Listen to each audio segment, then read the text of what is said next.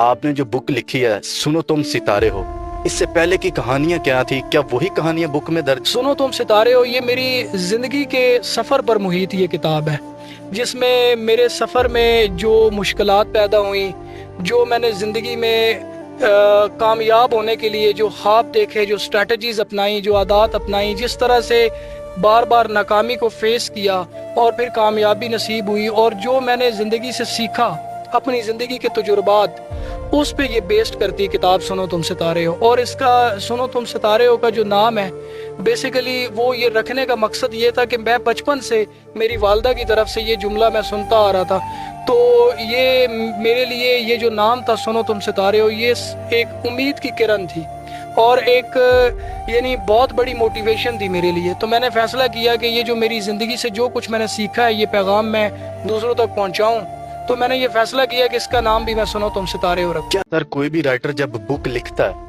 اس کو بڑا اپنے پہ تو بڑی امید ہوتی ہے کہ یار یہ بک الحمدللہ مارکیٹ میں اور جو عوام ہے اس کو پسند آئے گی، لیکن کہیں کہیں پہ بیچ میں یہ بھی ہوتا ہے کہ یار یہ بک کبھی فیلئر کا شکار نہ ہو جائے؟ آپ کے مائنڈ میں یہ بات نہیں؟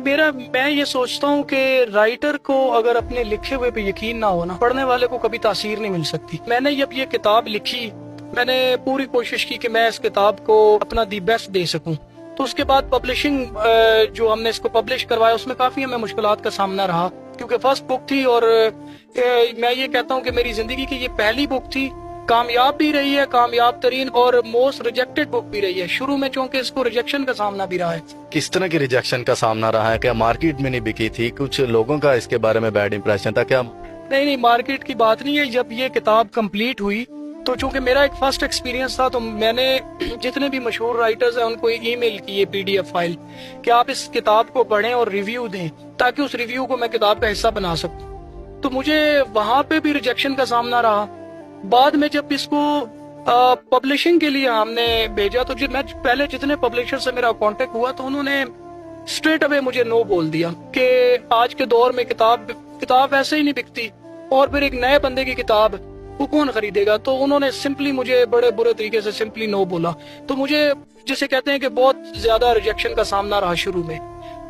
فائنلی نئی سوچ پبلشرز جو ہیں انہوں نے مجھے یہ سجیشن دیا کہ آپ ایک کام کریں، کوئی بھی پبلشر جو ہے نا وہ آپ کی کتاب پہ کبھی بھی رسک نہیں لے گا، نہ پیسہ لگائے گا، نہ انویسٹ کرے گا۔ تو بیٹر یہ ہے کہ آپ اس کتاب کی پیمنٹ کریں پرنٹنگ کی اور کتاب گھر لے جائیں۔ تب کتنے پیسے دیے اور کتنی بک پبلش کرائی تھی تب؟ میں نے ایک ایڈیشن پبلش کروایا تھا اور obvious بات آپ کو لاکھوں روپے میں پے کیے تھے، اور یہ جو بکس تھی مطلب پرنٹ کروا کے انہوں نے سمپلی مجھے بلٹی کر کے میرے گھر پہ بھیج دی تھی کہ آپ اس کو دیکھیں۔